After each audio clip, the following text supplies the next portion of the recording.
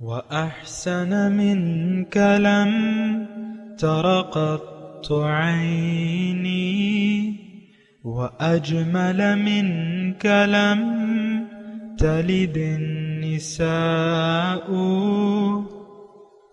خلقت مبرأ من كل عيب خلقت مبرأ من كل عيب كأنك قد خلقت كما تشاء كتاب أنزلناه إليك مبارك ليدبروا آياته وليتذكر أولو الألباب یہ کتاب برکت والی ہے جسے ہم نے آپ کی طرف نازل فرمایا ہے تاکہ دانش مند لوگ اس کی آیتوں میں غور و فکر کریں اور نصیحت حاصل کریں۔ اللہم صلی علی سیدنا محمد وعلی آل سیدنا محمد بعدد کل ذرۃ مئۃ الف الف مرۃ۔ سامعین و ناظرین کرام السلام علیکم ورحمۃ اللہ وبرکاتہ۔ سامعین کرام، سورہ آل عمران آیت نمبر 103 اور 104 حصہ دوم، درس نمبر 291۔ آج کا موضوع کیا ہم فلاح پانے والے لوگوں میں سے ہیں؟ اس کے ساتھ آج کے سبق کا آغاز کرتے ہیں۔ سب سے پہلے گزشتہ سبق کا اعادہ ہوگا۔ اعوذ باللہ من الشیطان الرجیم۔ پناہ مانگتا ہوں میں اللہ کی شیطان مردود سے۔ بسم اللہ الرحمن الرحیم۔ شروع اللہ کے نام سے جو بڑا مہربان نہایت رحم والا ہے۔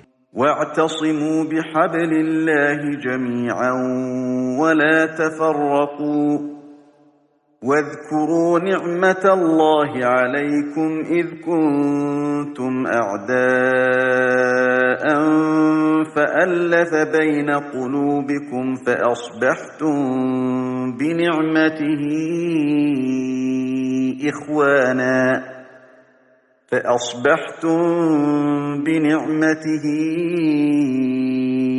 إخوانا وكنتم على شفا حفرة من النار فأنقذكم منها كذلك يبين الله لكم آياته لعلكم تهتدون۔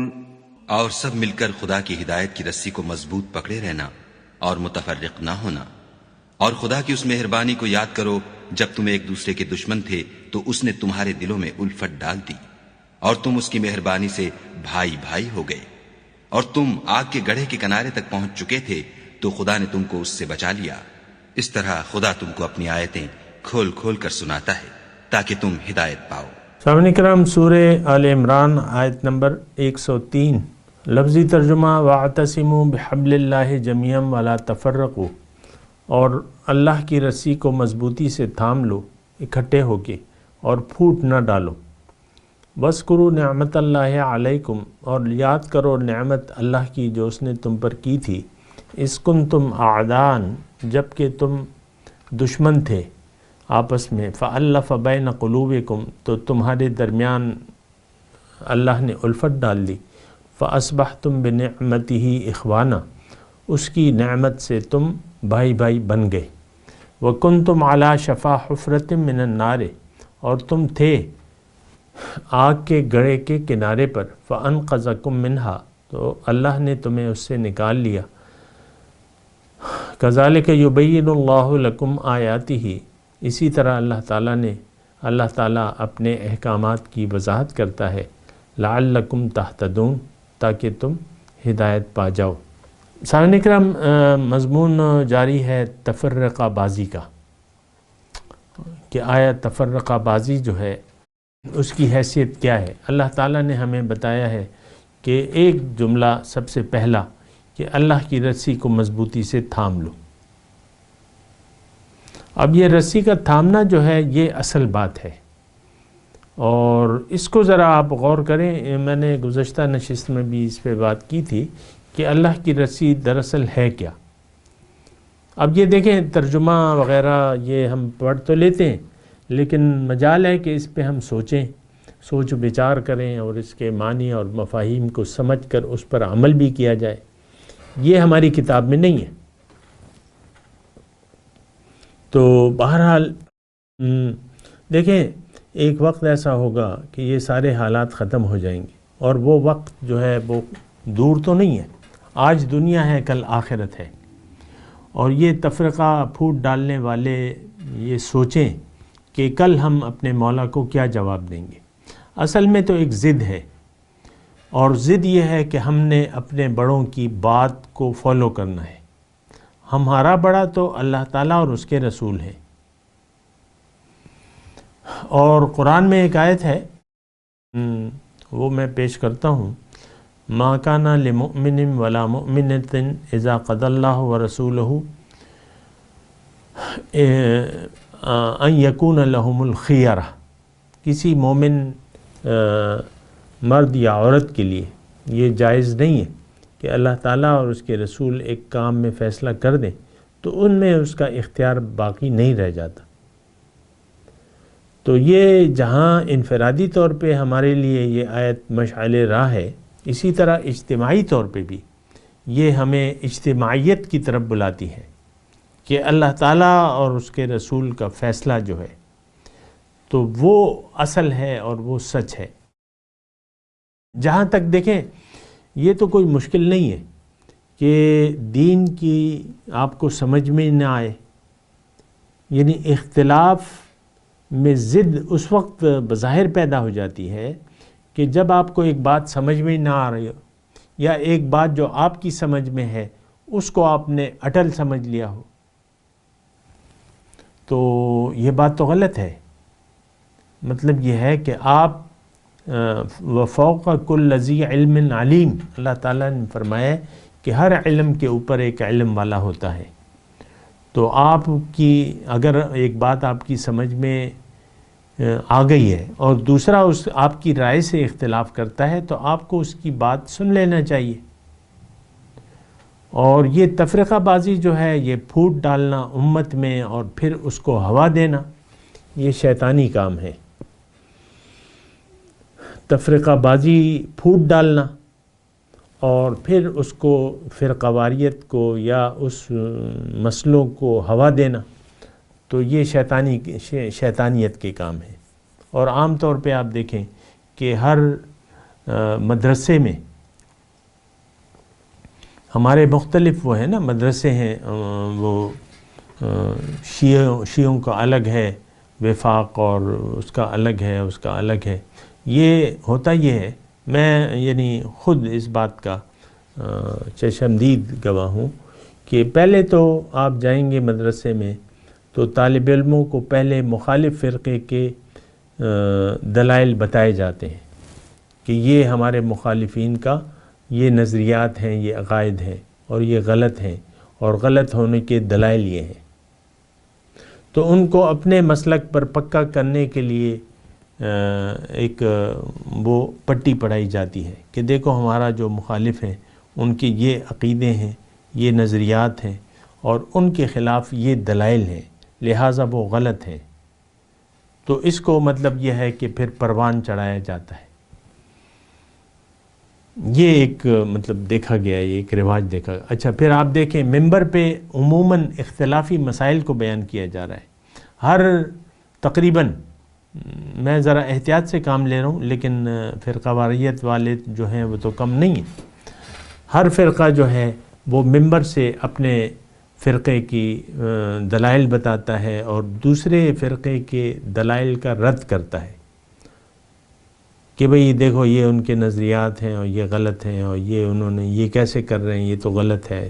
ہر فرقہ ایک دوسرے کے خلاف آپ کو پتہ ہے نبرد آزما ہے. اور یہ فرقہ واریت کی ایک جنگ ہے جو لڑی جا رہی ہے.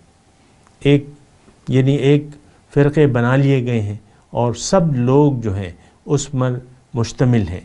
ایک سوچ ہوتی ہے دین کو سمجھنے کی آپ نے ایک سوچ بنا لی ہے۔ دیکھیں دین میں تو دو رائے تو ہو نہیں سکتی۔ میں آپ کے سامنے یعنی قرآن تو وضاحت سے بیان کرتا ہے اور اللہ تعالیٰ اس کے خلاف ہے۔ وَلَا تَكُونُوا كَالَّذِينَ فَرَّقُوا دِينَهُمْ وَكَانُوا شِيَعًا إِنَّ الَّذِينَ فَرَّقُوا دِينَهُمْ وَكَانُوا شِيَعًا لَسْتَ مِنْهُمْ فِي شَيْءٍ، جو دین میں پھوٹ ڈالتے ہیں، تفرقہ ڈالتے ہیں اور دین کو پارے پارا کر دیا ہے، ٹکڑے ٹکڑے کر دیا ہے، آپ کا تعلق ان میں سے کسی میں سے بھی نہیں ہے۔ ان کا معاملہ آپ اللہ پہ چھوڑ دیں۔ اب یہودی جو تھے وہ آئے اس لیے تھے مدینے کہ نبی آخر الزمان آئیں گے اور ہم ان پر سب سے پہلے ایمان لائیں گے، لیکن فلما جاءہم ما عرفوا کفروا بہ،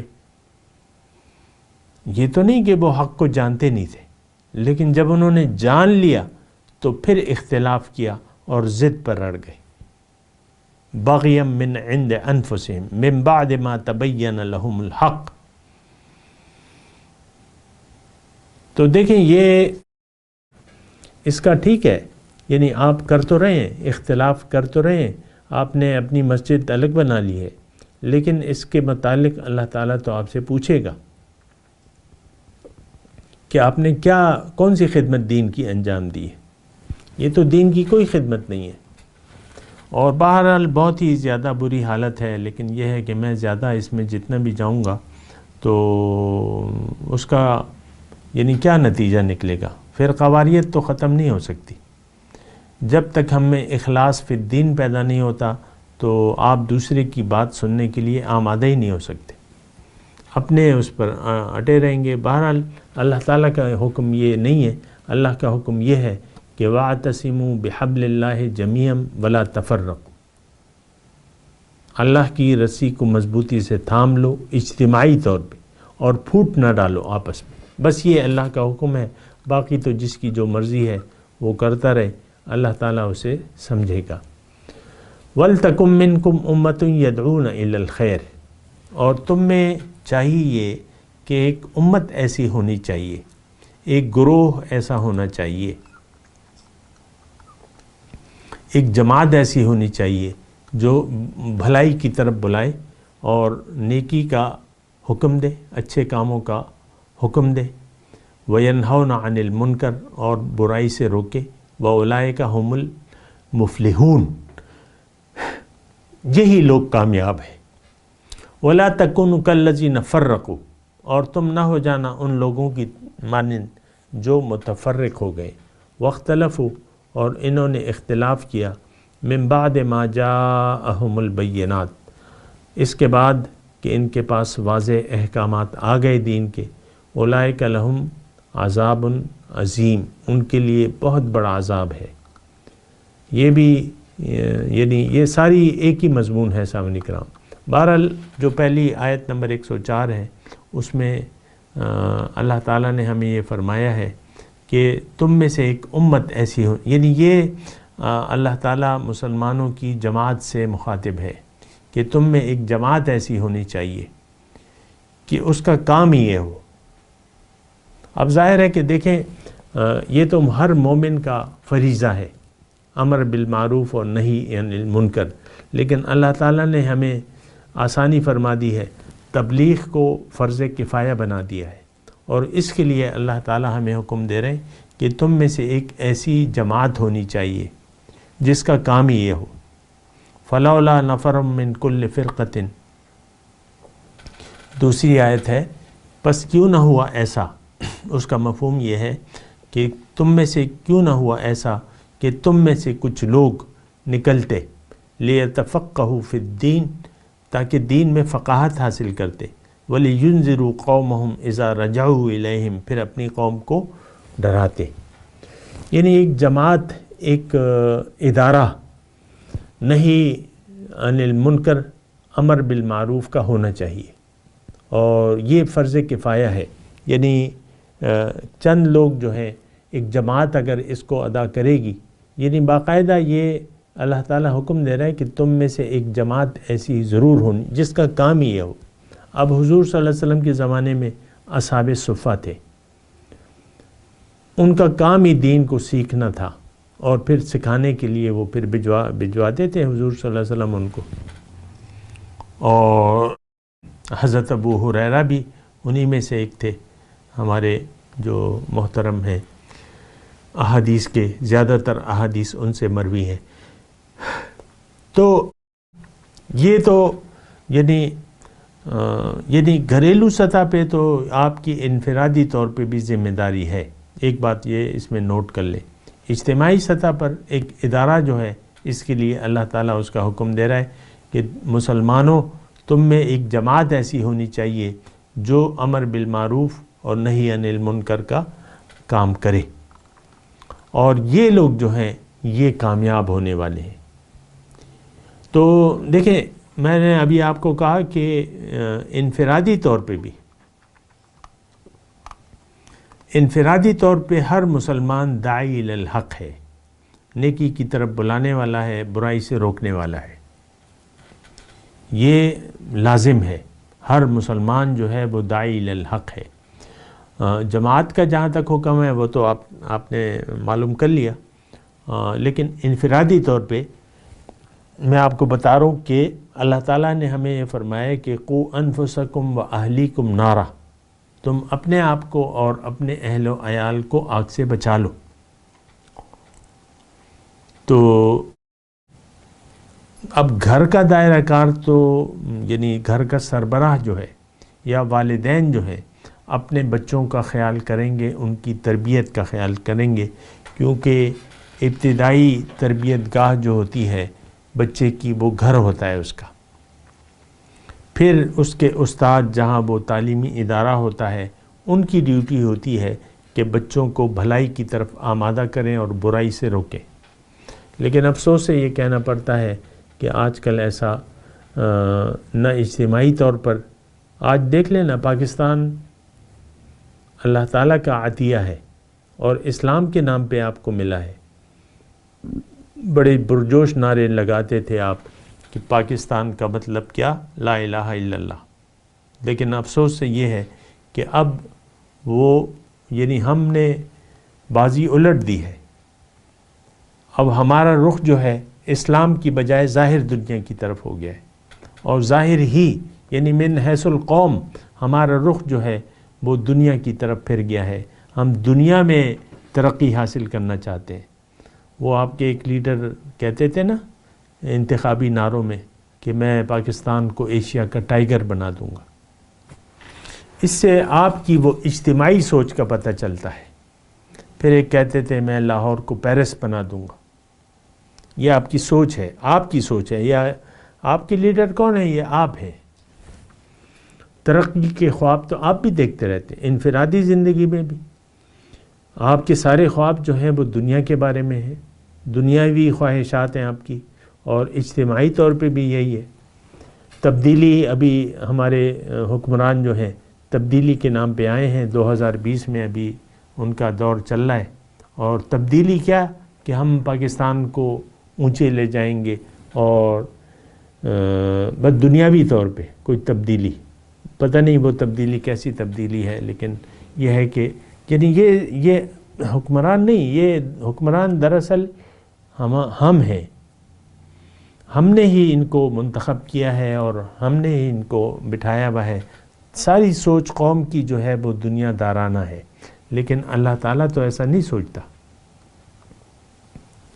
الذین ان مکناہم فی الارض اقاموا الصلاۃ وآتوا الزکاۃ وامروا بالمعروف ونہوا عن المنکر، او کما قال. ایسی آیت ہے. اللہ تعالیٰ نے فرمایا میرے بندے وہ ہیں جب میں ان کو زمین میں اقتدار دوں تو یہ نماز قائم کریں گے، زکوٰۃ کا امر کریں گے، برائی سے روکیں گے، نیکی کا حکم دیں گے. یہاں بھی یہی ہے. تو دیکھیں میری عرض گزارش سنیں کہ انسان آیا ہے دنیا میں نیکی کرنے کے لیے. نیکی کیا ہے وہ ابھی ہم نے اس یعنی آیت نمبر 92 میں لن تنالوا البر حتی تنفقوا مما تحبون، اللہ تعالیٰ کی توفیق سے میں نے وہاں پہ بات کی ہے. نیکی وہ ہے.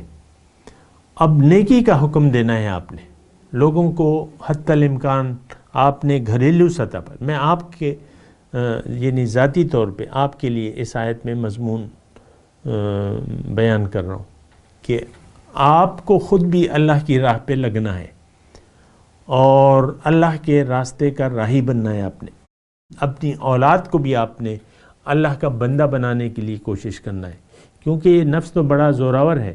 بچے کو بڑے ہوتے ہوئے دیر نہیں لگتی، لیکن اگر اس کی تربیت اگر آپ نے نہ کی اور ایک اللہ والا ذہن نہیں بنایا تو یقیناً وہ پھر دنیا دار ہوگا. عام طور پہ دیکھا گیا ہے کہ ہم خود بھی اللہ کے راستے پر پوری طرح نہیں آتے اور پھر اپنے بچوں کو بھی بچاتے ہیں کہ نہیں یہ تو پھر تو کام سے نکل جائے گا، میرے یعنی دنیا سے نکل جائے گا. یعنی یہ وہ ایک شیطانی سوچ ہے جو ذہن میں آپ کے شیطان نے ڈالی ہے. عام طور پہ ہم بچوں کو اسلام کی طرف راغب نہیں کرتے، نہ خود راغب ہوتے ہیں ٹوٹلی. دیکھیں اللہ تعالیٰ کا تو مطالبہ ہے ٹوٹلی سرنڈر کر دو. تم دنیا کو منزل مت بناؤ، آخرت کو منزل بنا لو، اللہ کے لیے جینا سیکھ لو. لیکن ہمارا ذہن ہی نہیں آتا. یہ مجھے بڑے افسوس سے کہنا پڑتا ہے. ہمارا وہ کہتے ہیں کہ پر طبیعت ادھر نہیں آتی. وہ ایک شعر کا آدھا حصہ میں نے پڑھا ہے نا، پر طبیعت مجھے ادھر ہماری آتی نہیں ہے کہ ٹوٹلی اللہ تعالیٰ کی بندگی اختیار کر لیں. لیکن ہماری کامیابی جو ہے، فلاح جو ہے، کامیاب ہونے والے لوگ یہی ہیں جو یہ ذہن رکھتے ہیں کہ ہمیں نیکی کی طرف بلانا ہے اور برائی سے روکنا ہے. تو سامعین کرام، وَلْتَكُمْ مِنْكُمْ أُمَّةٌ يَدْعُونَ إِلَى الْخَيْرِ، بھلائی کی طرف. بھلائی کیا ہے؟ اب دیکھیں ہم نے یہ بات بھی محدود کر لی ہے. بھلائی کچھ کاموں کو ہم نے بھلائی قرار دے دیا ہے. ہم اگر اولاد کی بہت بھی اچھی تربیت والدین کرتے ہیں تو ہمارے ذہن میں کیا ہوتا ہے کہ بچہ ہمارا سچ بولے، جھوٹ نہ بولے، چوری نہ کرے. آپ دیکھیں چھوٹی چھوٹی باتوں پہ اس کی تربیت کرتے ہیں.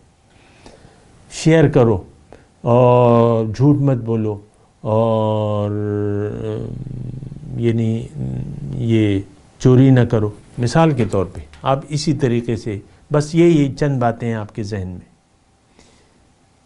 تو یہ کیا کمال ہے؟ اس سے تو وہ کافروں کے بچے بھی مطلب یہ ہے، کافر بھی بس یہی تربیت ملتی ہے ان کو، اور آپ ان کی تعریفوں میں قلابے بھر لیتے ہیں کہ دیکھو بس وہ کلمے کا فرق ہے، باقی سچے مسلمان تو وہ ہیں. یہ الفاظ ہیں جو ہم سنتے ہیں دیگر اقوام کے لیے. یعنی ہماری نظر میں بس یہی ہے کہ تم جھوٹ مت بولو. اصل جھوٹ کی بنیاد تو یعنی ہم زندگی کی بنیاد تو ہماری جھوٹ پہ ہے. یہ تو میں آپ کو کہتا رہتا ہوں، ہم جھوٹے لوگ ہیں اور ہماری زندگی کی بنیاد جو ہے وہ جھوٹ پر ہے. جھوٹ سے ہی ہم پروان چڑھتے ہیں. اب آگے جا کے اگر ہم تھوڑا سا سچ ادھر ادھر بول لیں تو اس سے تو کوئی فرق نہیں پڑتا. بنیادی طور پہ تو میں نے آپ کو کہا ہے کہ جھوٹ کیا ہے، اس کی تعریف میں نے آپ کو بیان کی ہے. بہرحال پھر بھی آ جائے گی انشاءاللہ. تو آج کا جو سبق ہے مطلب ایک تو وہ ہم نے پڑھا کہ تم آگ کے کنارے پر تھے، اور آیت نمبر 1 وَكُنْتُمْ عَلَى شَفَا حُفْرَةٍ مِّنَ النَّارِ. تو دیکھیں اس کا تو ہمیں اندازہ ہی ہو نہیں پا رہا. میں نے آپ کو گزشتہ سبق میں جو بتایا تھا کہ ہم میں سے ہر شخص جو ہے وہ آگ کے گڑھے کے کنارے پر ہوتا ہے. اب اس سے نکلنے کی ترکیب یہ ہے کہ وہ اللہ کی طرف رخ پھیر لے اور اللہ کی طرف رجوع کر لے، اللہ کو اپنی منزل بنا لے اور اللہ کے راستے پر چل پڑے، تو پھر یہ کامیاب ہوتا ہے. لیکن آج کل آپ دیکھ لیں ہمارا جو سلسلہ چل رہا ہے عوام کا، عام لوگوں کا، 125 کروڑ مسلمان ہیں، یہ سب جو ہیں آگ کے گڑھے کے کنارے پر ہیں اور ان کو وہ کنارہ ہی پسند ہے. ہم نے تو ادھر ہی اپنا گھر بنانا ہے، اور ہم نے یعنی عملی طور پہ زبان قال سے ہم یہ کہہ رہے ہیں کہ ہم تو دوزخ میں جانا چاہتے ہیں، ہمیں جنت سے کیا سروکار ہے. یعنی یہ آپ کے اعمال پکار پکار کے یہ کہہ رہے ہیں کہ ہمیں دوزخ پسند ہے، جنت میں ہم نے کیا کرنا ہے، ہمیں تو دوزخ میں جانا ہے۔ یہ زبان حال سے آپ پکار پکار کے کہہ رہے ہیں کہ ہم تو بس ٹھیک ہیں، یہاں پہ ٹھیک ہے۔ آپ کہتے ہیں نا، دیکھیں حق سننے کے لیے ہم تیار نہیں ہیں۔ ہمارا یہ درس آپ دیکھ لیں، اس کے کوئی بھی ویورز نہیں ہیں، نیٹ پہ پڑا ہوا ہے اور فالتو کوئی پوسٹیں آ جاتی ہیں، بس اس پہ کمنٹ کی بہار لگ جاتی ہے، اور پھر ویورشپ جو ہے آپ خود دیکھ لیں کہ کون سی کلپس ایسے ہیں جن کی فوراً جو ہے ویورشپ ہزاروں میں اور بعض اوقات ملینز میں چلی جاتی ہے۔ وہ کون سے کلپ ہیں؟ یہ آپ کو معلوم ہے، میں کیوں بیان کروں؟ بیکار اور بے حیائی پہ مشتمل جو کلپ ہیں اور بے مقصدیت پہ، اس کو آپ پسند کرتے ہیں۔ تو یہ ایک الگ مسئلہ ہے کہ ہم کس منزل کے راہی ہیں۔ یہ تو آپ نے سوچنا ہوگا اور آپ نے غور کرنا ہوگا کہ ہم کس منزل کے راہی ہیں۔ دراصل ہمیں اللہ تعالیٰ پسند نہیں ہے بطور منزل کے، دنیا کو ہم پسند کرتے ہیں، دنیا ہمیں محبوب بھی ہے، مطلوب بھی ہے اور ہمارا مقصود بھی ہے۔ تو پھر یہ قرآن تو دیکھیں عملی طور پہ ہمارے لیے قرآن بے فائدہ ہے، ہم کچھ اس سے ہدایت حاصل نہیں کر رہے، نہ ہم اس کو کتاب ہدایت سمجھتے ہیں، نہ میں تو یہ آیت آپ کو بیان کر رہا ہوں نا، اس کی طرف ہماری رسمی سی توجہ ہوتی ہے، سن لیتے ہیں، تلاوت کر لیتے ہیں، اللہ اللہ خیر صلی اللہ۔ تو بہرحال دیکھنا ہوگا ہم نے کہ ہم جا کہاں رہے ہیں، ہماری منزل کیا ہے، ہمارا ہوگا کیا۔ یہ بھی دیکھیں جو کچھ بیان کیا جا رہا ہے وہ حق ہے۔ اب یہاں آیت نمبر 104 میں فلاح کی بات کی ہے، وَأُولَٰئِكَ هُمُ الْمُفْلِحُونَ، یہی لوگ کامیاب ہیں جو ایسا کام کرتے ہیں، برائی سے روکتے ہیں، نیکی کا حکم دیتے ہیں۔ ہم لوگ اس کے الٹ چل رہے ہیں، آج ہمارے عوام جو ہے اس کے الٹ چل رہے ہیں۔ برائی کیا ہے؟ دنیا کی طرف توجہ، بھلائی کیا ہے؟ آخرت کی طرف توجہ۔ تو ہم برائی میں مبتلا ہیں، برائی سے روکیں گے کیا؟ برائی تو ہمیں پسند ہے۔ تو بہرحال یہ تو آپ نے سوچنا ہوگا اور کیا کرنا ہوگا۔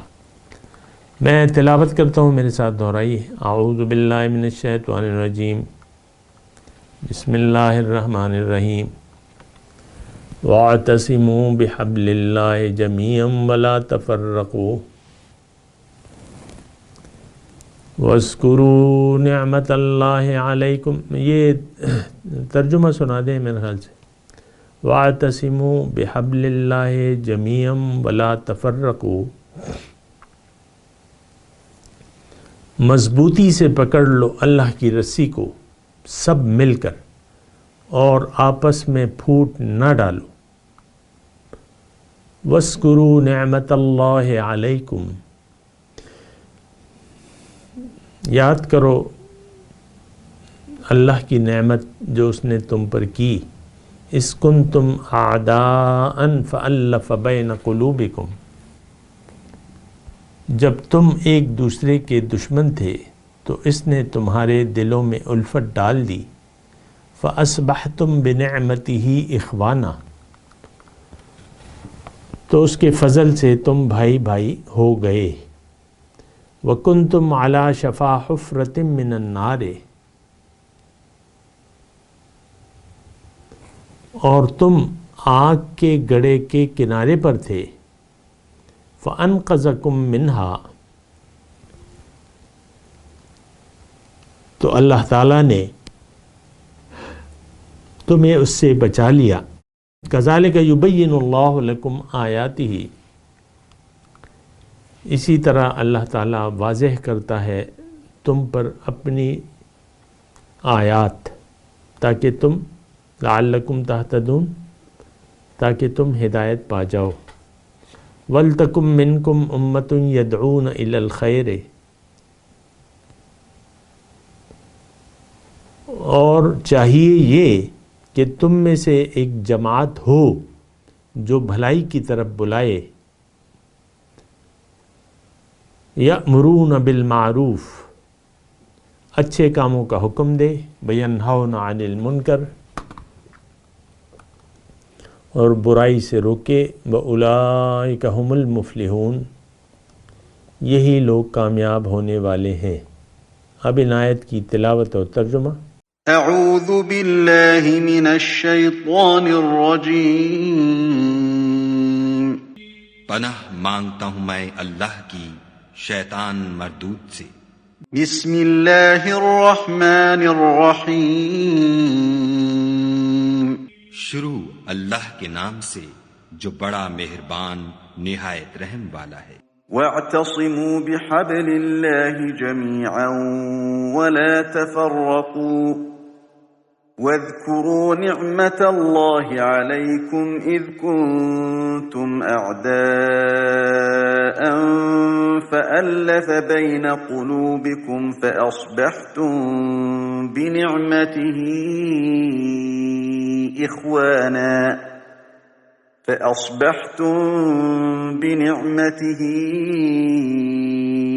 إخوانا وكنتم على شفا حفرة من النار فأنقذكم منها كذلك يبين الله لكم آياته لعلكم تهتدون۔